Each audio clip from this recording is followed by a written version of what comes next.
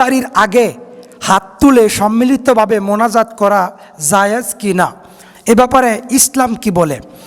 সাহাবী আবু হুরায়রা রাদিয়াল্লাহু তাআলা আনহু বলেন, রাসূল সাল্লাল্লাহু আলাইহি ওয়াসাল্লাম বলেছেন, বান্দা যখন সামনে ইফতার নিয়ে বসে সেই সময় যদি বান্দা দোয়া করে, আল্লাহ রাব্বুল আমিন দোয়া কবুল করেন।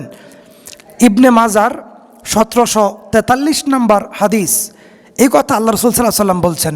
তিনি আরও বলেন, যখন উম্মতের সামনে বান্দার সামনে ইফতার থাকে তখন আল্লাহ রাসূল বলছেন, লিসসাইমি ফারহাতান ইয়াফরাহুকুমা ইযা আফতারা ফারিহা ওয়া ইযা লাকিয়া রাব্বাহু ফারিহা বিসাওমিহি।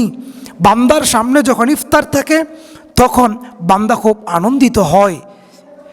অতঃপর আবার একজন রোজাদার সেই সময় আনন্দিত হবে যখন কিয়ামতের দিন ইজা লাকিয়া রাব্বাহু ফারিহা বিসাওমিহি, যখন আল্লাহ রাব্বুল আমিনের সামনে দাঁড়াবে সিয়ামের নেকি আল্লাহ রাব্বুল আমিনের নিকট থেকে নেওয়ার জন্য। সহিহ বুখারীর 1771 নম্বর বর্ণনা।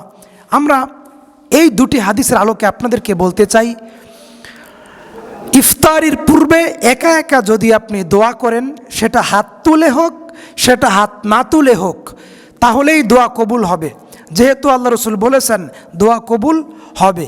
কিন্তু যদি আমরা ঐক্যবদ্ধভাবে সম্মিলিতভাবে দোয়া করি তাহলে সেটা নেকির পরিবর্তে বিদআতে পরিবর্তন হবে, বিদআত হবে। যেহেতু এটা রাসূল করেন নাই, সাহাবায়ে কেরাম করেন নাই, এজন্য এটা জায়েজ হবে না। আসসালামু আলাইকুম ওয়া রাহমাতুল্লাহ।